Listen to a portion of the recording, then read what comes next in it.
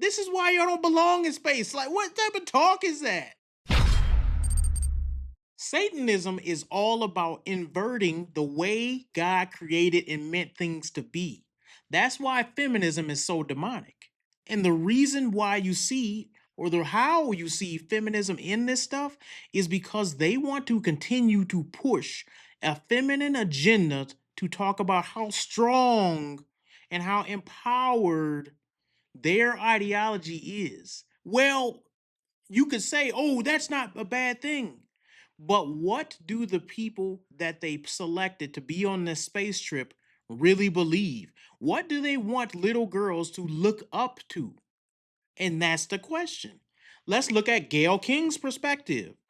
Upon returning from her little space journey, journalist Gail King emphasized the mission of broader significance, stating that the all female spaceflight was bigger than one man or one company. Highlights an inspirational value for young girls. Now, that sounds all cute and dandy, right? Until you see all the other feminist nonsense and you realize the collective of women that they gathered in their philosophy. Let's just go to the most famous one, the most recognizable one, Katy Perry. There was an interview where Katy Perry said, and I quote, I wanted to be like the Amy Grant of music, but it didn't work out, so I sold my soul to the devil. Oh, cool, that's just a joke, right? That's something everybody jokes about, selling their soul to the devil. Let's see Katy Perry's message of empowerment. Here's what Katy Perry said and how it relates to traditional Christian beliefs. Katy Perry expressed in an interview with Mary Claire, Perry expressed skepticism about conventional Christianity, saying, I don't believe in a heaven or hell, or an old man sitting on a throne. Katy Perry expressed that the journey was about creating space for the future of women and appreciating Earth's beauty, aiming to inspire her daughters or any others to dream big. Lauren Sanchez. Lauren Sanchez curated the crew to emphasize the importance of storytelling and diverse representation in space exploration, aiming to inspire a broader inclusion in the field. It's kind of like they don't want to do the work that men have done to get to where they went. They just want to, once men built it, they want to take it over. That's what it sounds like to me. Because if you're an astronaut, if you're somebody who's been studying science all your life, you don't have to bombard yourself into something. You deserve that spot. You don't have to bump people out. You don't have to say, "Oh, we're going to make an all-women group." If the all-women group is good enough, they would just be in there. The reason why we have an all men everything is because men are the creators of society and they deserve their spot. Women have this philosophy, a lot of feminist women, not the godly Christian women. Women have this philosophy that it's our turn now. There's an error in that thinking. There's no such thing as your turn when you're fighting for something. When you're fighting for your position, whether it be to be an engineer, CEO of a company, or head of the basketball team, or winning the football championship, there is no, it's my turn. Somebody needs to let me win. We need to create a team of our guys because your guys have been winning. That's not how life works. Life works, I'm better and I take it. I go out and I conquer. That is a masculine thing. And a lot of women don't understand this. And guess what? That's why you don't win. We don't have to bombard you. We don't have to get a rich man like Jeff Bezos to put together a team and push men out the way so you can just plop women in the winner spot. They have to earn their spot. And if you cannot earn it without somebody saying it's your turn to win, if you can't earn it, then you don't deserve to be there. Let's talk about some more reasons why this is a feminist agenda. Katy Perry's in flight tribute. During the flight, Perry sang, What a Wonderful World, emphasizing a collective spirit and connection to love, symbolizing hope and unity. What the heck? Here's the problem. When you let women run stuff, you get all this gushy zesty stuff. What do space got to do with love? What do exploration got to do with love? What does science have to do with love? None of that stuff is relevant when you're exploring a new place, when you're trying to conquer something, when you're going out and trying to do something big.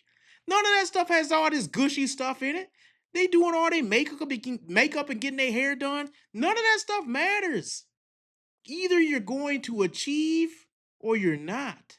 And that's what all this feminist nonsense, when you bring women in and just force them into a group like astronauts or astrophysicists where they don't belong, you're going to get a lot of this stuff in there that you like, what does this even have to do with anything? How you feel has nothing to do with how good of an astronaut you are. All right, so remember, one of the things that went viral was Katy Perry and her quote about the divine feminine. Divine feminine. She's said these things before. She said it. Katy Perry has frequently spoken about embracing the feminine divine, especially in connection with her experiences in motherhood and her artistic endeavors. In a 2024 interview discussing her album, she shared, "This is the first connection I've have that I have given since becoming a mother and since feeling really connected to my feminine divine." What is that? First of all, there's no such thing as a feminine divine. It's satanic. Because God always addresses himself as a he. So anybody talking about feminine divine, you're not talking about Jesus Christ. That's for sure. What is a feminine divine? I'll tell you what it is. It's a satanic philosophy that tries to invert the nature of God to make it what you want it to be, to make it more like yourself. People do this all the time. You see a picture of a black Jesus, right? And this Jesus picture has cornrows. This Jesus picture has some dreadlocks. And it's trying to make God more like me instead of me trying to be more like God. Same thing with the divine feminine. I don't agree. This is how they believe. This is not me. I don't agree with the Jesus of the Bible. I don't believe with the God of the Bible. I don't believe in what he says. I don't like what he does. I don't like what he stands for. So I'm going to make God in my own image, the divine feminine image. Even though we know that's not what God is, I'm going to make a God of my liking to be what I want it to be. It's a very satanic view. It's inverting what God already told you his nature was. So we see these things. Then she says, following her space flight with Blue Origin, which is the group that they went with, on April 14th, 2025, Katy Perry spoke about feeling a deep connection to the divine feminine. She described her experience as a journey of self-trust and emotional awakening. And she says, quote, "You're like really finding love for yourself because you gotta trust in yourself on this journey. And then you're feeling the love when you come down for sure. And you know that you're feeling that strength." What is she talking about?